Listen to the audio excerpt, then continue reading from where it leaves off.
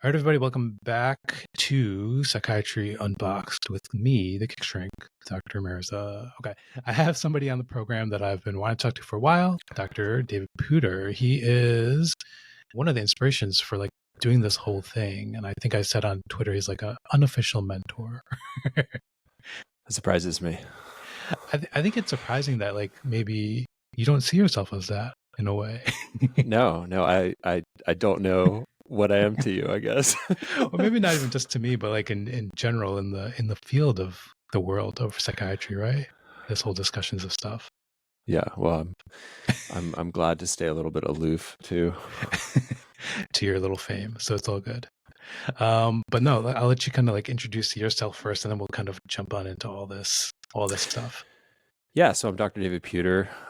Most days I see patients. I have licenses in Florida, California, Texas, Kentucky, and I do a lot of mixed med management, psychotherapy. I see a lot of patients just for psychotherapy. I do a lot of consultations for people who are struggling with different patient situations. And then one day a week, I do a podcast, which I used to do it just in the evenings, early mornings. I still do it in the evenings and early mornings. The podcast is called Psychiatry and Psychotherapy.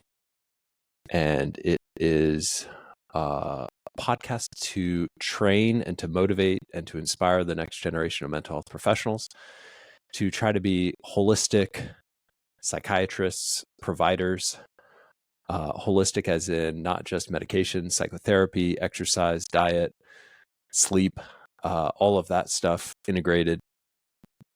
And I've been doing that for a couple of years. It's been fun. Yeah, I think you just recently had your 200th plus episode, so it's 200th and about 7 million downloads. Yeah, and which is surprising. I think my goal was to educate about 10,000 mental health professionals to be better at what they do.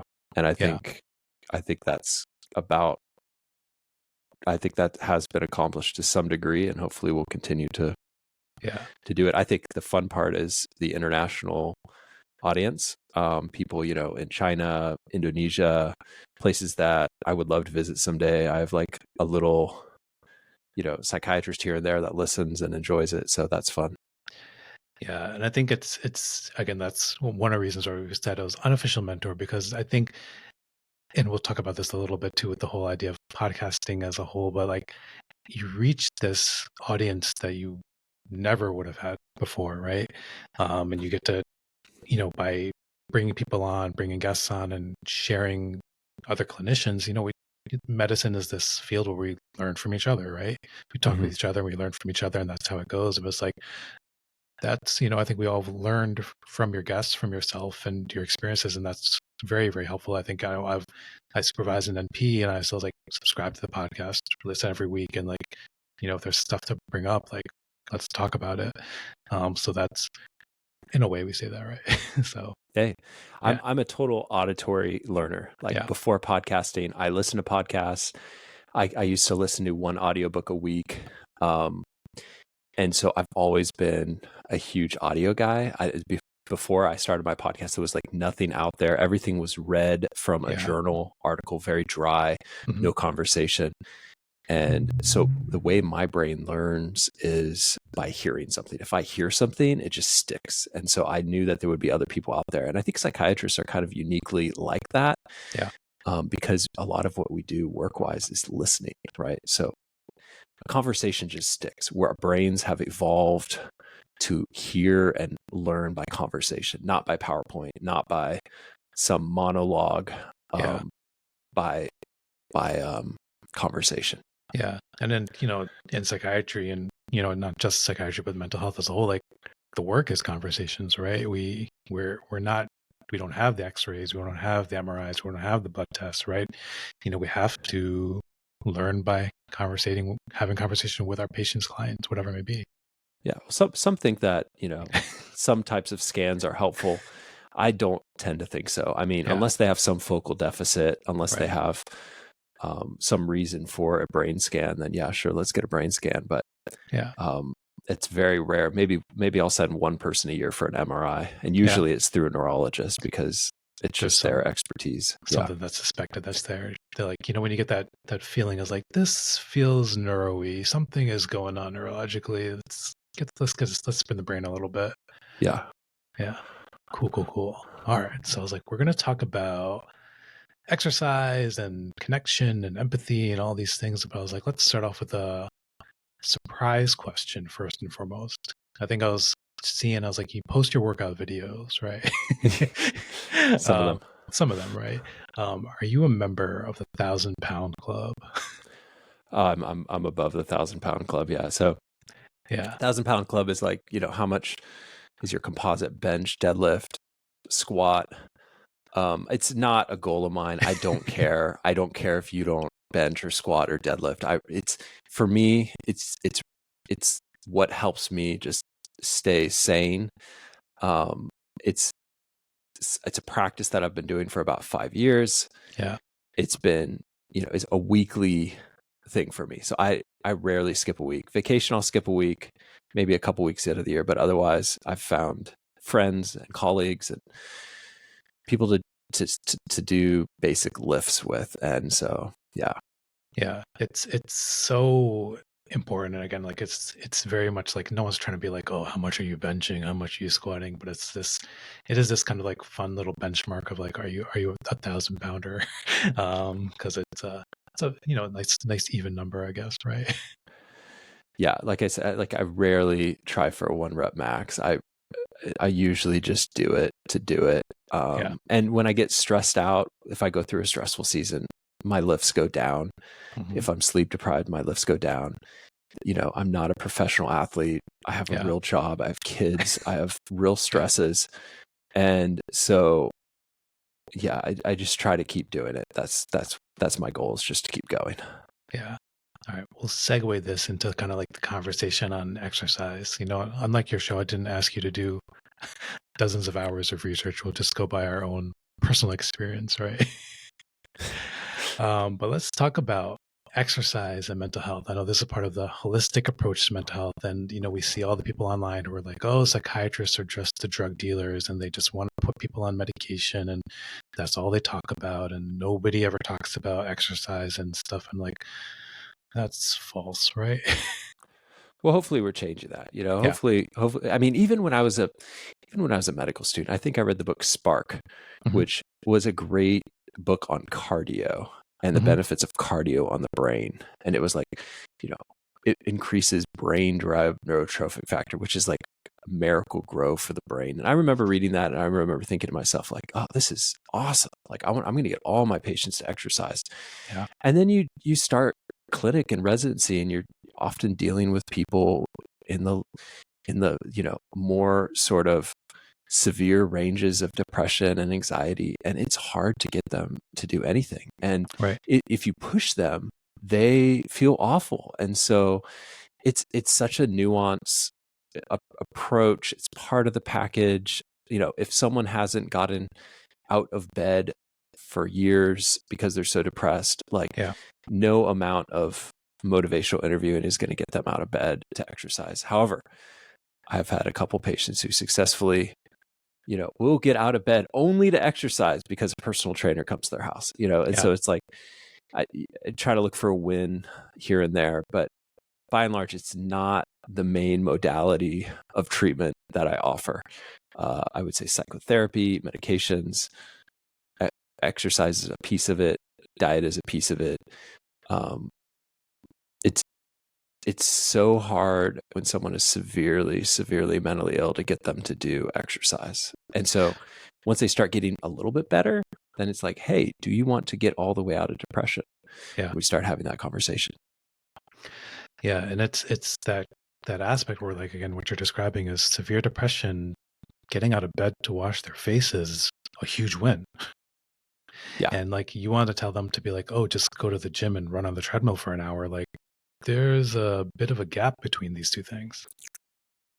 Sometimes, so I run, one of the things that I do, it's not a big part of my week, but I run an IOP partial program, and there's about 50 people in it. I have a nurse practitioner that sees about half of them. I see the other half. And so these are patients who sometimes do not exercise at all. So I have them pull up their iPhone and we'll look at how many steps they've done per day.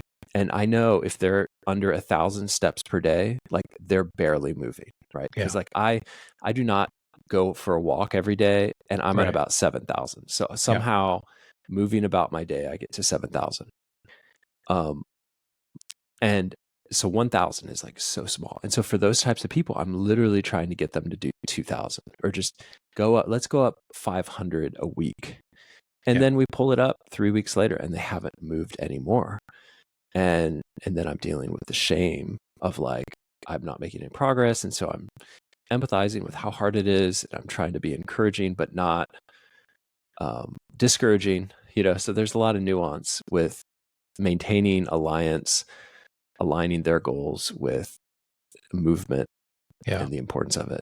So Yeah. Because we know it helps, right? We know that it absolutely helps. I think, you've done some episodes in the past where you've had the research, the data has shown that, like, again, there's massive benefits that come about from exercise. And I think when we compare the exercising to, it's not just cardio, right? It's actually strength training that's usually the winner, correct?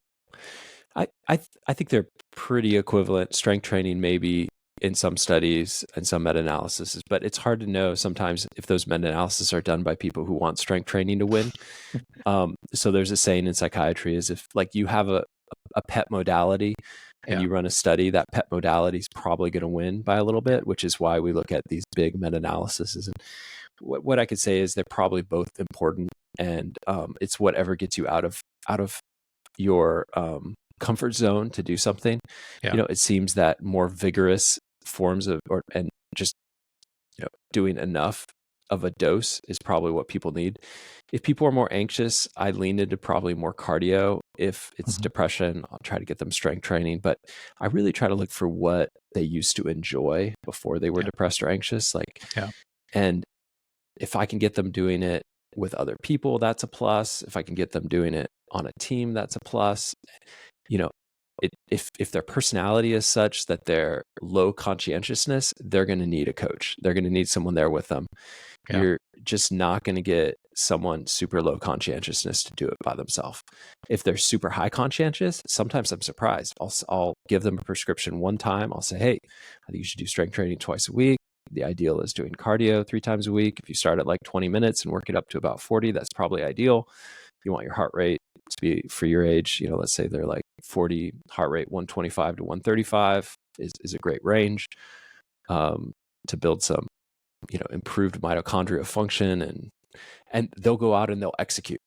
And Yeah. they'll like, some people are so like wanting to change that they'll just hear it and they'll execute. Like I've gotten emails from people who just hear the podcast and they're convinced and they go out and they do it, and they're like a mental health professional or Yeah. someone who listens, and they just do it. And those people surprise me. That's unusual. Those people like shock me almost. Yeah. It's hard, but like, I think we see this, the benefit is, huge, and especially with anxiety, a lot of people, runners, right? Um, that is one of the kind of the telltale signs with a lot of my patients is like, are you running again? Or are you not running again? Are we taking a break from running? How we're kind of functioning as a whole? Is like the anxiety's back. I'm not running, and it's like clockwork. We can just say like, this is how it presents to us, right? This is how we can tell overall functioning, or running or not running. And sometimes it happens that like someone gets injured Yeah. Oh yeah. and then they can't run, Hmm. and they've been running for 20 years and it's been holding them stable. Right. And now they don't know why they're so anxious. They have a family history of anxiety. Maybe they had a childhood history of anxiety. And now they're anxious and they don't know why. And so they're seeking treatment. And unless you talk to people about what kind of sports they've done, what their history is, you're not going to get the timeline. Right. And that timeline sometimes can make sense of why they're miserable. Yeah. Um, and sometimes it's as easy as showing them that timeline. And they're like, oh, yeah, I stopped in January and I got depressed in February and I got anxious in February. That makes sense now. It's like, yeah, Yeah. it's going to probably linger for about 3 to 4 weeks until your epigenetics start to change. Yeah. Right. And it's not just one gene that changes. It's like there's one study I saw Ornish, where he got them on exercise and a diet change. And there was like 10,000 genes that upregulated and downregulated. So it's like not just, I mean, just think about how big of a change that is, like tens of thousands of genes changed epigenetically from changing how you exercise, how you eat. Yeah. Yeah. And those things are definitely combined. We see this a lot of times with like seasonal depression a lot of times too, right? The weather, the clocks change. Daylight saving time is always like literally like clockwork, right? Is that week, couple weeks after, was like, I don't know what happened. All of a sudden, my anxiety is there and my depression is there, and it's like I always kind of remind my patients, it's like, what was that thing we did over that Sunday night or whatever it was, Saturday, Sunday night? Like, what changed? They're like, oh yeah, daylight savings time. And I was like, we're coming up in, was it mid-February? We got another few weeks until March comes around and the clocks change again. Yep. It's like, it's going to change again. This is going to be different. Or another common one is that people get like a flu or Yeah. COVID. And then Mm-hmm. the Oh yeah. weeks after, their sensorium is down, their total brain function is still not completely recovered. Their symptoms are gone, but they're just like, I don't know why I'm like dragging. I'm just so tired. And they feel like a little bit of like down. I call that like a come down almost, Mm-hmm. like, or like if you've had a stressful period of your life, like, and then it stops, right? And the stress Yeah. goes away. It's like, and then all of a sudden you feel tired, you feel a little bit more depressed. Like I have episodes like that where it's like, it's a come down. No, you're not bipolar. You're just having a come down. Yeah. And that's how our bodies normally react to a period of stress followed by a period of rest and relaxation. And I see this a lot when I work with my teen patients a lot, right? With especially when they're like seniors and they're going through the whole, this brutal college application process and Yep. graduation, right? So they get super stressed out. They go through the process. They get into their school. They should be, in theory, or they're saying in their mind, like, I should be like happy and joyful, but it is that that expenditure of energy and that come down that comes from it of like, now what?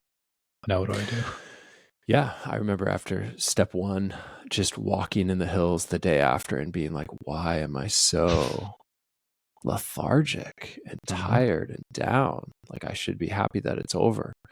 So, yeah, I think having some more, peace that it's okay. It's okay to have a come down. It's okay to be a little bit dour once in a while. And like, that's probably your body's rebooting. Yeah. Not to say that that's depression. That's I'm not saying it's like I would ever normalize depression like some people on Twitter do. Like, oh, depression is such a good thing. You should embrace it. It's like, Right. maybe you haven't had really a bad episode of depression if you think that, right? Yeah. Yeah. Anyways. For yourself, kind of bringing yourself into it a little bit and ourselves, like, what does weightlifting, strength training, I know you do some rowing as well, like, what does that do for you? What is the role in your life with it? Yeah, I think it has made me healthier, allowed me to perform at a higher level. It's like I don't live with a lot of margin. As I've talked to you about your schedule, it's like it doesn't sound like you live with a lot of margin either. Yeah. And so it's like when I get sick or when I get in a high stressful period, I want to be prepared for that. Yeah. And so preparing for that is doing the work now, today, so that, when a relative dies or a relative has a stroke or, the real stresses that are inevitable and Yeah. unprepared happen. It's like my body has been somewhat acclimatized to having stresses progressively in my life, where it's like I have learned how to weather through the stresses. All stress all stress affects the body in a similar way. Hmm. And so whether it's a physical stress or an emotional stress, it's going to pump in cortisol. You're going to retain salt. You're going to puff up maybe in your face a little bit. You may gain a couple pounds until, the stress hits your GI tract, and then you may not digest food and you may lose a little bit of weight. And, so it's like, depending on your physiology, depending on your genetics, you're going to have a different way that you deal with chronic stress. Right. And so the way that I see it is, it's like I'm living on low margin. I have kids, I have a job, I have a podcast, I have, all these things I'm balancing. And when an added stress occurs, um, maybe my lifts go down, maybe my cardio goes down to 15 minutes instead of 30 or 40, but I think it gives me an extra sort of, um, my cup is a little bit bigger, hopefully, that I Yeah. have those things Yeah. over time. And it's a blessing to be able to do that. Like I know that there are some people who just cannot exercise, they cannot lift. Right. And so, with those types of patients, we figure out other ways of optimizing our stress system. Yeah. But yeah, I think that's what it's done for me. And I think, I have certain things that run in my family, mental health, physical health issues, and I think that hopefully it staves off some of those things, Mhm. prolongs it so that my brain can stay sharper longer, so that my body can, not succumb to the inevitable genetic loading that Yeah. I unfortunately have. So Yeah. It's, the whole environment and nature nurture kind of stuff, right? right. Yeah. I mean, with this also, like, you talked about connection as something that's important. I'm pivoting a little bit, but Yeah, let's pivot. connection. Talk to me about connection. Yeah, so I think that I have really been drawn to this idea of connection. Mhm. I think it's why I enjoy doing psychotherapy. Yeah. Um, I think it's why I enjoy, being a dad, Yeah. being a husband, being a friend. I have a lot of friendships that span decades. My wife and me have been married for more than a decade. I spend my mornings and my evenings with my kids, like completely block off my time so I could be present most nights. Yeah. Um, and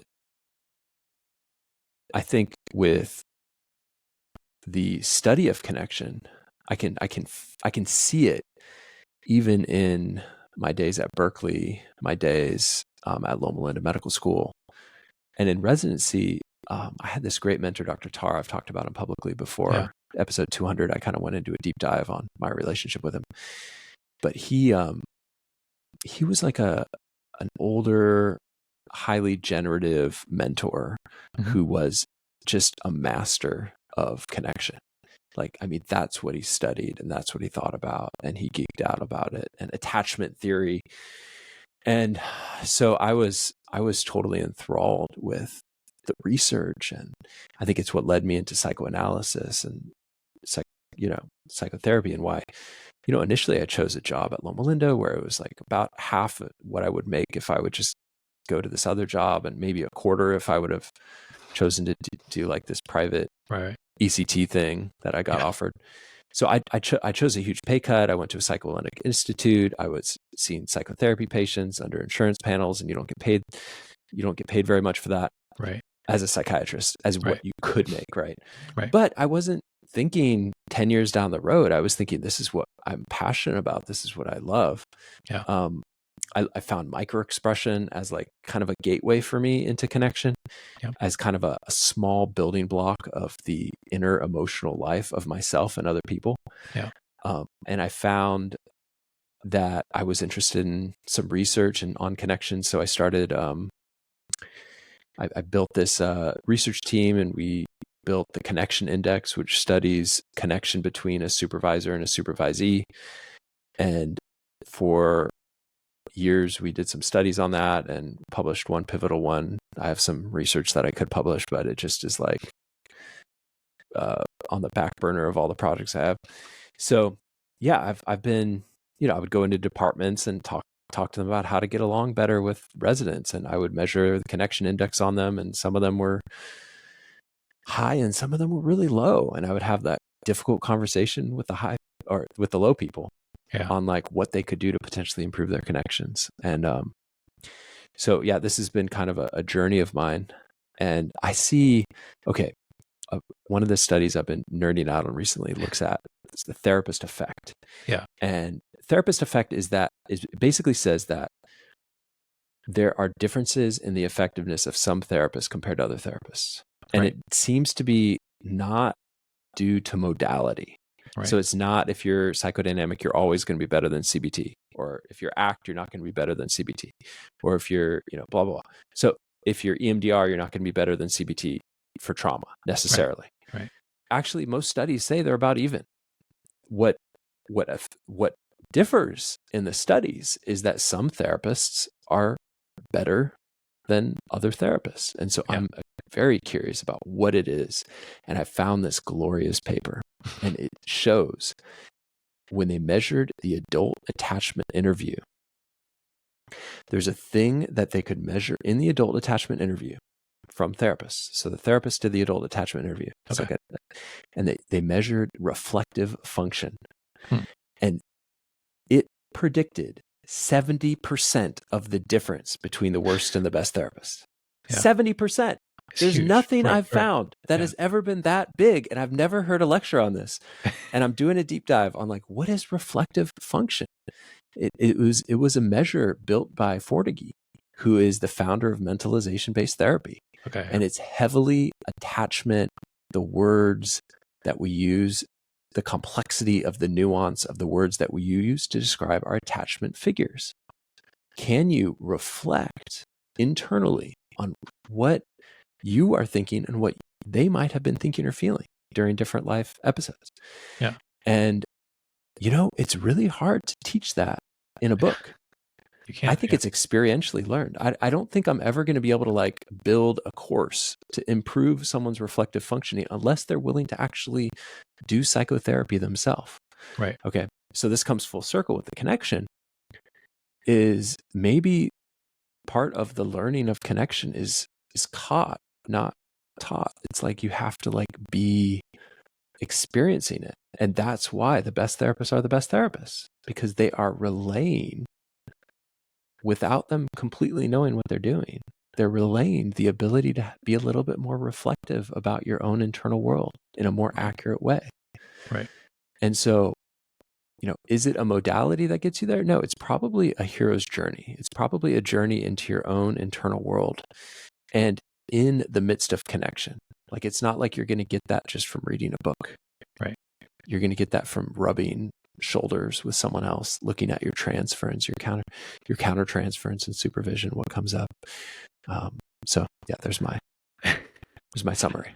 No, it is that same thing, right? We see this all the time, is that I think we subconsciously kind of know it, that like CBT, ACT, again, all these things don't matter as much as just kind of the connection that's there between the therapist and the client, or the doc and the patient, whatever we want to say. And when I'm doing my intakes with my kiddos and we say, hey, are you seeing a therapist? And they give a name, and I'm like, do you find it useful? I was like, I don't really so much ask. I was like, what are you guys doing? I was like, do you find it useful? Do you find it helpful? And if they say yes, great. And if they say no, then I'm like, maybe it's time we look for somebody else, right? Because ultimately it's not about like sitting around chit-chatting and, going through workbooks or whatever it may be, but it's like, are you getting something from it? Do you feel like you're learning something from it? Like you're getting value from the time, the money that's spent doing the work, whatever it may be. Yeah, it's interesting. I've asked that same question different ways. Yeah. Tell me about all the therapists you've seen, and go through one at a time. And then in the community, you kind of get an idea over time, like, oh, okay, this one seems to be connecting well with many different types of people. Yeah. This one seems to have some issues. Yeah. Like there was one just awful therapist that I heard time and time again. It was almost like so bad they were projecting their own internal history of abuse onto the patients. Yeah. And she got this one patient to believe that she had been sexually abused. And she had kind of like led this patient to believe this. Mm. And it was because this patient was having like, pain during sex. Yeah. And I timed it with the introduction of an IUD, an intrauterine device. And it had nothing to do with anything but that. And once she got that out, she enjoyed sex again. Now, Right. do most patients with an IUD have pain during sex? Absolutely not. Right. But for this particular patient, for some reason, it irritated her and caused the issue. And Yeah. so it's like some therapists are just monolithic in their Right. It's imagination right. into people's Yeah. problems. And it's a low mentalizing function. They're projecting their own realities. And I would hope that the therapist could see people uniquely for what they Yeah. are, which is connection, right? And Yeah. so, yeah, we're trying to assess as psychiatrists, what is the connection like with the therapist? And, you know, and sometimes when there's a little bit of disconnection, I'm like, hey, Mhm. have you told the therapist that yet? Yeah. And what happens when they do tell the therapist? Because if they tell the therapist and the therapist is like grateful and appreciative and hears it and is able to shift gears, then it's like, okay, that may actually work. But Yeah. if the therapist, on the other hand, um, buckles It's down yeah. and reacts in anger and demeans them, and they come back and they tell me the story, I'm like, hey, this is Not a good fit. not Yeah. the best fit, Yeah. which is a hard call, because then we're making an assertion about a therapist and the quality of the therapist, right? Yeah. Um, but sometimes we have to do that. It's necessary, right? Because I think there's a lot of critics of the mental health field, right? Psychiatry, psychotherapy, all that fun stuff. And some of it's valid, but I think one of the most salient things I think I've learned over the years is that like bad mental health care is worse than no mental health care, much worse than no mental health care, because it can cause serious damage, right?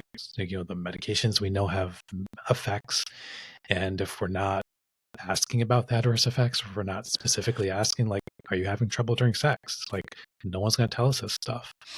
Are we in the therapy? Like, if people are like kind of like what you're saying, implanting false memories or suggesting false memories, like that's way more damaging than not having anything. Yeah, it's the same thing for why cult leaders can Yeah. be harmful to people. It's like, of course, cult leaders are harmful to people. Yeah. Maybe you don't know that initially. Maybe like the early stages of some cult, it is fulfilling some psychological purpose, and then it switches, and they slowly suck the blood and the life out of you progressively, right? Yeah. And so it's really hard to decipher sometimes if it's, but okay. I think, a simple mistake psychiatrists make is to not think that they are causing the problem. Right. So if a patient sees me once and then I start a med and then they have a new problem, I'm always thinking, is that me? Am I causing that? Yeah. And, I will be the first, like Hippocrates, right? Right. Hippocrates was probably the first physician to say that, half of his potential solutions were not helpful. Yeah. And that's the difference between a cult leader and a doctor. Is a cult leader will say all of my solutions are helpful all the time. Yeah. No, and I think that's super important. I think it's just because we have to look at ourselves, right? And we are not the God figures. We are not the people who are going to be like, we are the ones who are fixing all the problems. Like our interventions are not always the best, right? Medications are very, very hit or miss. And we get, we're labeled with the aspect of like, oh, the psychiatrists are just the medicine people. But again, we do a lot more, and we should be doing a lot more. And it is important, I think, to kind of like look within ourselves to see what we can do better, and then look within our community to see like who are the people, not to kind of like name names, but say like, like who are the ones who are going to lead you down a certain path that may not be the best one. Yeah, like there are some people who are running a brand to profit Mhm. themselves. Yeah. And I think you do a much better job than I do at calling them out. I'm far less disagreeable. And I would say We're I talking about Dr. appreciate. Amen, by the way. Oh, who are we talking about? I I don't didn't know. say anything. Amen. Um, Amen. Amen. But yeah, I think that there needs to be some degree of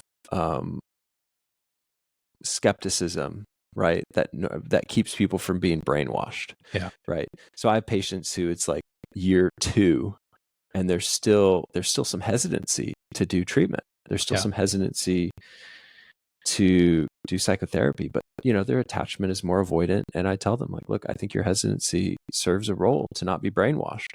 Yeah. I think if we all just kind of trusted everyone all the time, Hmm.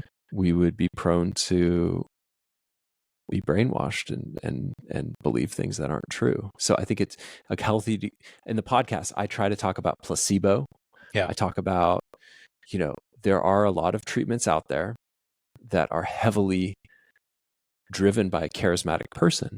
Yeah. And should we just jump into them full, both feet, planted, ready to adopt whatever this singular study by a singular charismatic person says? Like, if you are listening to someone too much and they are driving you into some person, like, hey, maybe you should read some opposite perspective just to kind of ground yourself in reality, or Yeah. read the actual article very closely.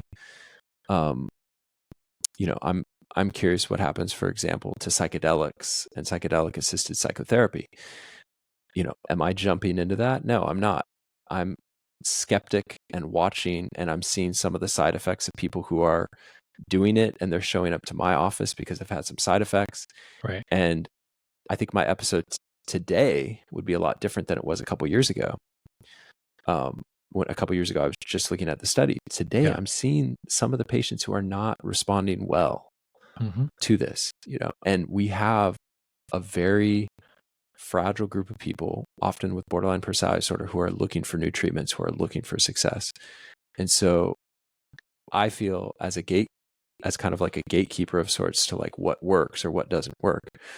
I feel like I have to be very careful who I can let on the podcast to speak. And there's a ton of people that reach out who want to pipe their new treatment, Yeah. and I just cannot let them on because they are too there's too many conflicts of interest. There's too much Hmm. financial motivation. There's too much charisma and not enough data. And so I like to have a medical student digest, like I did one on microdosing, and I had a Yeah. Yeah. medical student who had no skin in the game, who was not a fan of microdosing, do that episode.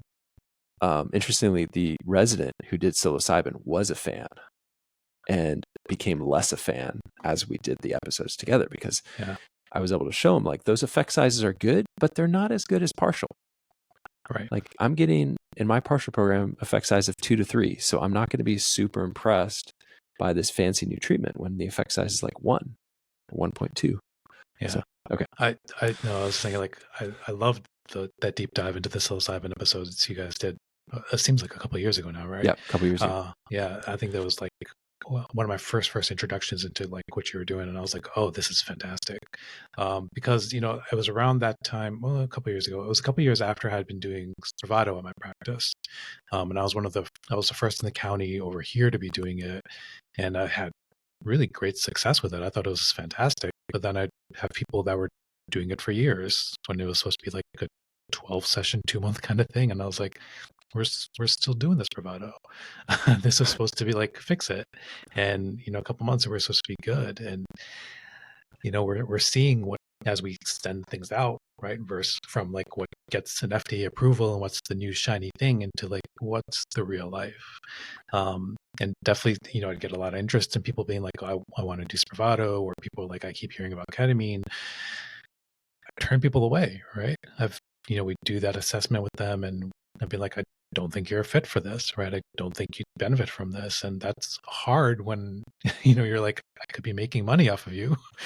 I could be making money from it. But I was like, clinically, ethically, that aspect of being able to say like, no, I don't think so. I appreciate you sharing that. I think it's unusual. I think if you make money off of something, it's hard to not value that thing above other things. Yeah. And I think that's where in psychiatry, like having an ethical backbone, you may not make the most amount of money in the short term, Yes. but you probably will be respected, and people pick up on that. Like if Yeah. people in your community who refer those patients to you, and you refer them back and you say, I don't think this is a good fit for this person, that person may look at you differently, like, oh, okay, he's not just running some money Right. churning Pill mill situation. Yeah. machine there. Yeah. Like, he's actually weighing like whether this is the best treatment. We used to do this for ECT. ECT makes a lot of money. Yeah. ECT makes money for the surgery center, not for the psychiatrist. Right. So the psychiatrist may bill $400 per ECT. The surgery center may bill $6,000. Right. And so I met this one person that was doing ECT, and they had their own surgery center hookup. And she pushes this paper with this exorbitant amount of money across the table and says, hey, this is how much we can make per patient. And then I saw some of the patients she was bringing in, which I did not think they needed ECT. And I was thinking this was a temptation of sorts, right? Yeah. Do I want to do this and forget psychotherapy and make all this money seeing these patients? I decided against it. It didn't feel right. And it was the best decision to do Yeah. long term. Because sometimes, like, choosing to do what's in the best interest for what you know at the time Right. for a patient matters, and it's like evolving for me. So 10 years from now, I may be recommending something different, but it's like truly deciding to try to do what's in the patient's best interest, I think, is felt on a mirror neuron level. And I Mhm. think people can feel that, and children can feel that. So Oh I'm yeah. like, sometimes I'll meet a child and they'll smile at me and I'll smile back, and I'll be like, okay, if in 10 years I still have that effect on children, like, that's a win. Yeah. Like, if I still have enough good mirror neuron juice where it's like they can tell that I'm a decent human being, or like the dog like barks at you because there's something wrong with you or something like that, right? Right. But we meet those people and they feel like slimy, they feel like a used car salesman, and there's Right. something a little bit off. And I always tell people, have in your phone like a first impression journal when you meet someone new, and just Yeah. unfiltered write down whatever weird thoughts came to your head. Yeah. Um, and so I think that the short-term gain may be lost, but for you, by turning away those patients, but the long-term win is that when you do what's in the best interest of the person in front of you over and over Yeah. again, and you choose to do that instead of your own financial gain or your own, there's other gains that we can have as well outside of financial gains. If you do what's in the best interest of the person over and over again, I think it's like there's got to be some long-term, I guess this is a kind of a way of talking about karma. It's like the aura, which by the way Yeah. is in all religion practices. In every Yeah. religious practice, there's this idea of an aura. Christianity, Moses came down from talking to God. He's got this aura, like people can't even look at him. In Right. other religions as well. And so I think the way that I make sense of it neurologically is like mirror neuron intentionality. Have you practiced the best intention for every person you come in contact with? Yeah. And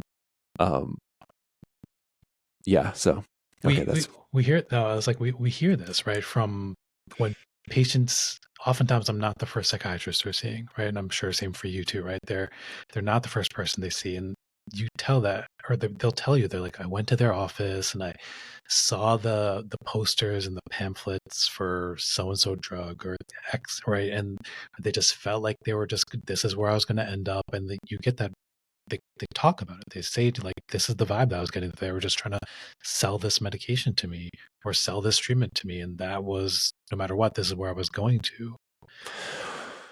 yeah. And by the way, I always hedge that with, okay, have they devalued every person that they've ever been treated by, Yeah. and are they idealizing me? Because right now, like, if someone like overly idealizes me, it's like, it doesn't necessarily, like, I'm like, okay, like I'm a little bit cautious with it. I'm not fully buying how Yeah. great I am and how great they imagine I am going to be. Yeah. And so with that caveat, right, like, people who devalue every authority figure they've ever had are probably going to devalue me as well at some point. Mhm. And so, but there are people that, I agree with you, they've had that sort of snake oil salesman experience with some provider. And you know what? I've heard from a number of other people in the community many people have had that same experience. And so that's when I start thinking like, okay, maybe there's something there. Yeah. But if there's a therapist in the community and like a patient has had a bad experience with them and it's a one-off, then I'm like, what? Okay, One maybe off. that's a one-off, Right. So I'm always kind of a little bit, are they splitting? Are they over idealizing, devaluing? When they say to me the first thing, like, "Oh, I can just feel like you're the best thing ever. Like you are the only one in my life who has ever listened to me, who ever has shown me an ounce of kindness." I'm like, well, at some point, I'm not sure. Like at some point, you may actually have some critical thoughts towards me as well, and that will be part of our work together, is expressing that, and that will actually be okay to express. Yeah. Okay. And I think it's, part of going along with that too is that there are people that we work with over time, like doing outpatient work that I'm like, I feel like I'm not succeeding with them, or I feel like we've been working together for however long and we're not where we'd like to be at, but they're still with me, right? Despite many, many years of this. And there's always gonna be that one or two people that were like, I feel like, maybe I'm doing something wrong. Maybe I'm doing something wrong. But it is that connection, right? That's why they stick with you despite maybe in our mind or in their mind, them not necessarily being where they would think they would be, where they'd like to be at. Yeah, with those types of people, I always say, I try to get some supervision outside of Yeah. myself. Like I always try to think through, like, okay, I mean, me personally, I probably feel more responsible to some degree than I may need to at times. Right. But I think someone who has struggled for years, getting a second opinion, getting a different therapist, maybe if they've been seeing me for therapy, maybe sticking them in some other type of group as well. Maybe considering, some alternative treatments, thinking outside the box, and sometimes it's like year 6 and finally we hit that one thing that made the difference. I've had a couple patients who I have stuck with maybe about 6 or 7 different therapists. Like, hey, you're going to see this person for a while. Like, you know, when I was at the residency, I would stick them with a resident for a while, and Yeah. then the resident like couldn't stand them, countertransference grew, and stick them with someone else. And or maybe it just wasn't the right fit, right? So I think finding the right fit could take time as well. Like if someone's ACE score is 5 or 6, so they have Yeah. had 5 or 6 different types of childhood traumas, it seems like they're going to need a lot more treatment. And some of Right. the neglect is that long-term relationship, that you could potentially be that person that doesn't neglect them every experience that they have with you, even if it's like infrequent over the course of years. That could be really Yeah. important for them. Yeah. But yeah, I think each case is different, and I certainly have cases that I'm still puzzled by. And I'm still working through. Some of them I feel like when I make just a little bit of progress, it feels just awesome, right? So it's Yeah. like, Oh yeah. I think some people who go into psychotherapy have a hard time because they're like surgeon mindset. Like, I want a bone that's broken. I want to fix it. I want to feel good that it's fixed, and I want to move on. It's like, that is not therapy. Like, No. especially if you're dealing with a high amount of adverse childhood experiences in people. It's like, I was just talking to Forney and Bateman, the founders of mentalization-based therapy. And one of their pivotal papers had like 600 hours of psychotherapy was given. 600 hours. And for me, that's actually hope inspiring, Yeah. because these are people that actually were able to get off medications, were able Yeah. to stop having suicide attempts. I think 80% no longer met criteria for borderline personality disorder. This is a hopeful and also a sobering reality that, like, that's a lot of treatment. That's a long time. And as a psychiatrist, I'm not going to be able to provide all of that. Like, I may be the coach that gets them into the partial, that encourages them to do the group therapy, that encourages them to sort of do the work. I may not be the one in the trenches every hour of that 700 hours. Yeah. Because it's impossible. I'm only one person. And maybe hopefully the podcast can be some of those hours encouraging someone, I would hope. But Yeah. that's not what the studies have shown, of course, but maybe that's a little bit of my sort of, hopefulness. It's no, it's something. And I think, even connection, when we talk about that, even like through something like a podcast, right? Like, again, we create these connections with the people that we listen to that are in our ears, right? Whether they're real, not real, whatever it may be.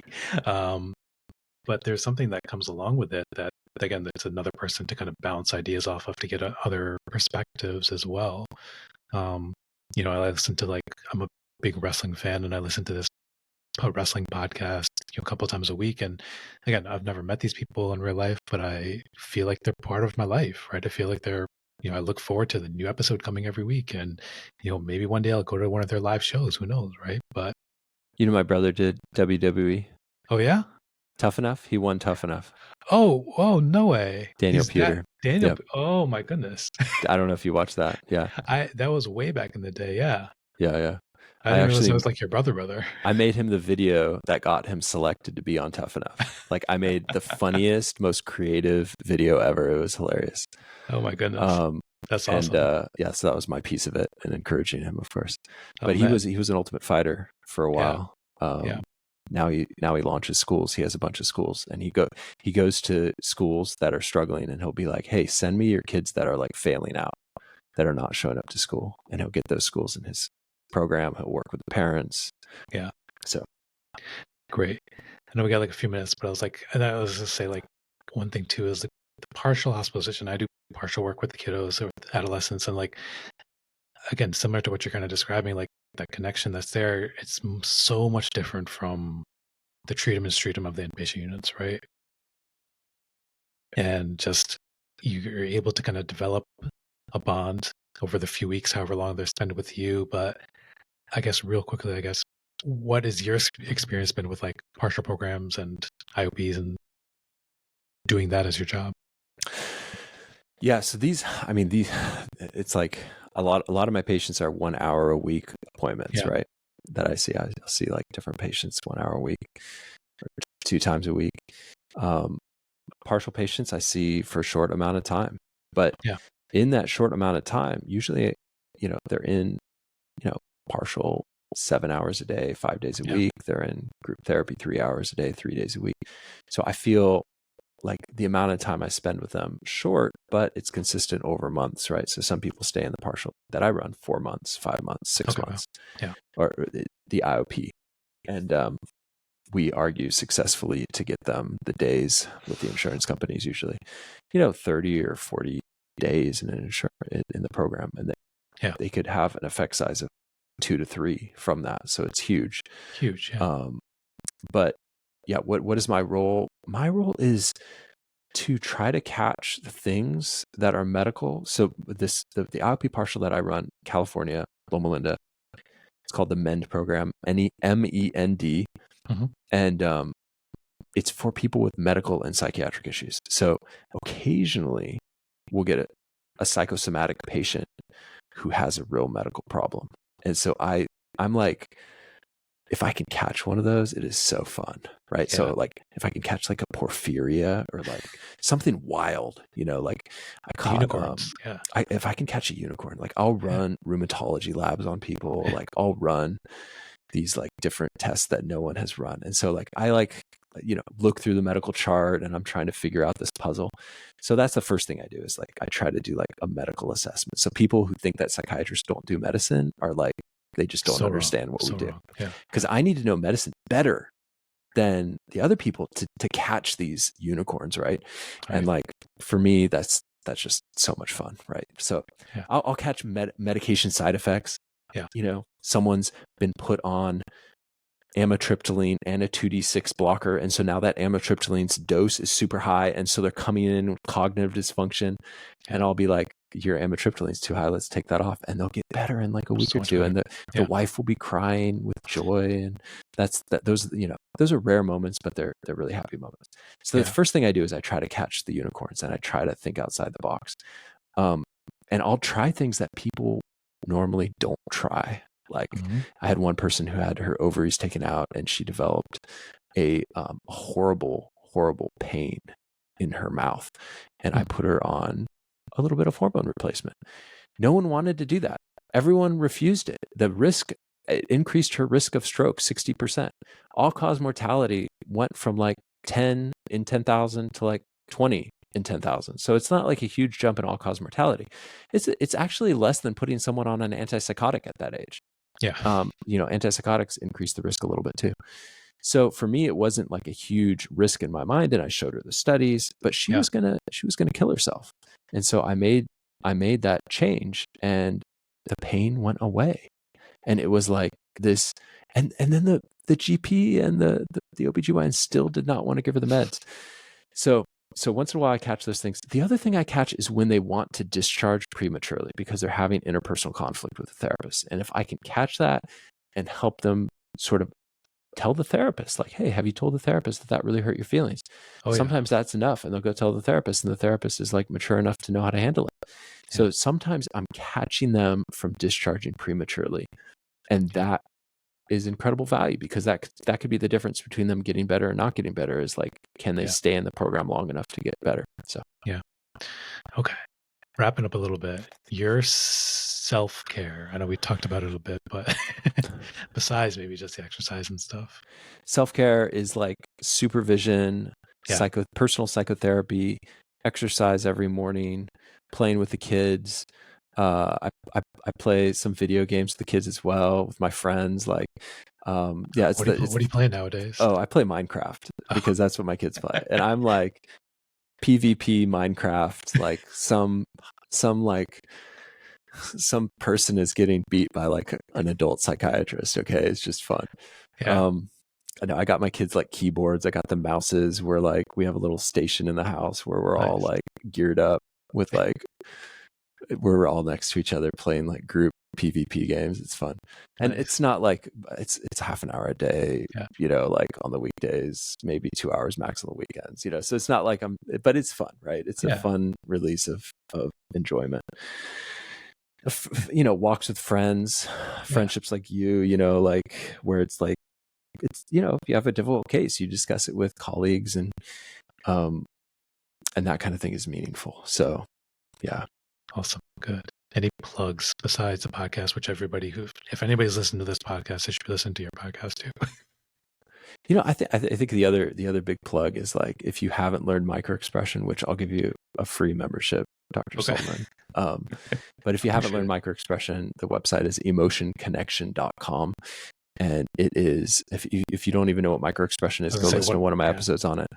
But it is like the coolest like upgrade to your ability to empathize that you will ever be able to get in a short amount of time. I recommend it. I haven't had a chance to like really go into it, but I recommend it to a buddy of mine who does a true crime YouTube channel. He's the one who started telling me to like do YouTubing and stuff. But I was like, go check this out, because like you want to like look at court cases. You want to look at like, these videos of people being interrogated. I was like, introduce me to him by email, and I'll get him a membership as well, and maybe jump on his YouTube. It is like, I've talked to top forensic people like Resnick, and they don't understand microexpression. And it's like, no, this is pretty amazing. Yeah. Like, I mean, you can't like read someone's mind, but you can tell when they're angry. You can tell when they're disgust or pain. All right, we'll leave it there. It's awesome. All right. Well, thank you, David, so much for being on the show. I know you got to run, but any parting words, anything like before we leave? Oh, it's fun. Yeah, no, I appreciate your friendship, and I appreciate your work on Twitter and YouTube and podcasts. And I think it's encouraging to know that I've been a small encouragement to you in that. So it's been fun. All right. We look forward to talking again. So, alrighty, we will see you. Bye. Thanks for listening to this episode of Psychiatry Unboxed with the Kicks Shrink. Please make sure to like and follow and subscribe to the show for all the latest episodes and interviews. As a reminder, this episode is not intended to be used as medical advice. Please make sure to consult a healthcare professional regarding any healthcare decisions for yourself or loved ones. Until next time, be well and stay informed, and keep rocking those kicks.